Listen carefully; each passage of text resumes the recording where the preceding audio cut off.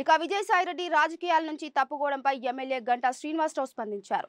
విజయసాయిరెడ్డి ఉన్న 5 ఏళ్లు విశాఖ ప్రజలకు ఒక పీడకల అంటూ ఆయన ఘాటు వ్యాఖ్యలు చేశారు. ఆయన కన్నుపడిన భూములు వారికి దక్కాల్సిందే అని ఆరోపించారు. అందులో తన భూములే చాలా వరకు ఉన్నాయని, బెదిరించి తీసుకొని వారి కుటుంబ సభ్యుల పేరు మీద మార్పించుకున్నారని ఆరోపించారు. వైజాగ్ ఫైల్స్ పేరుతో గతంలో ఆ వివరాలను బయట పెట్టామన్నారు గంటా శ్రీనివాస్. విశాఖలో అనేక మందిని బెదిరించి కూల్చివేతలు చేశారని, భూములు ఆక్రమించుకున్నారని తెలిపారు. చేసిన తప్పులన్నింటికీ చట్టపరంగా చర్యలు ఉంటాయని, తప్పించుకోలేరని, అనుభవించాల్సి వస్తుందని గంటా శ్రీనివాస్ స్పష్టం చేశారు.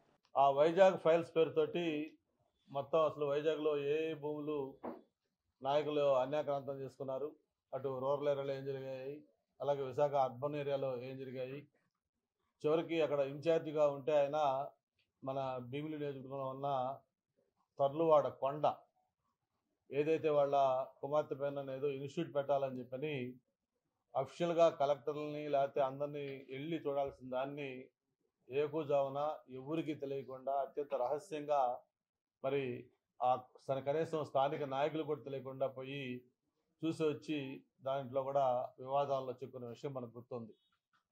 అలాగే గీతం కాలేజీ లాంటి వాటిని కానీ లేకపోతే తెలుగుదేశం పార్టీ నాయకులు లేకపోతే ఇతర వ్యక్తులకు సంబంధించిన భవనాలు కూల్చివేత కావచ్చు, చివరికి మా భీమిలి కార్యాలయం దగ్గర నుంచి మాకు మా అల్లుడికి సంబంధించిన ఫామ్ హౌస్ ఉంటే దాన్ని కూడా కూల్చేసిన విషయం, భీమిలి ఆఫీస్ కూడా కూల్చేస్తా ఉంటే ఆ కోర్టు ద్వారా దాన్ని స్టే తెచ్చుకోవడం జరిగింది.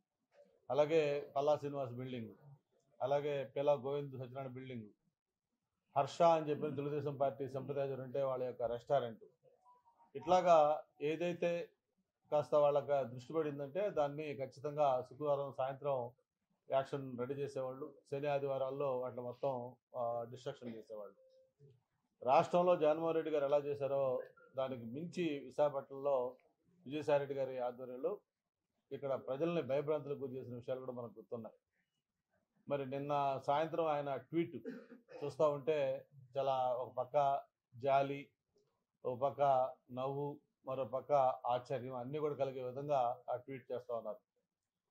నాకు చంద్రబాబు నాయుడు పైన బాధ లేదు, తెలుగుదేశం పార్టీతో విభేదాలు లేవు, లేకపోతే పవన్ కళ్యాణ్ నాకు చిరకాల మిత్రుడు, లేకపోతే ఇంకొక ఇది లేవు అవి లేవు అని చెప్పని ఈరోజు ఆయన నీతి వాక్యాలు చెప్తూ రాజకీయాలకి బై బై, వ్యవసాయం చేసుకుంటారని చెప్పి కూడా చెప్తా ఉన్నారు.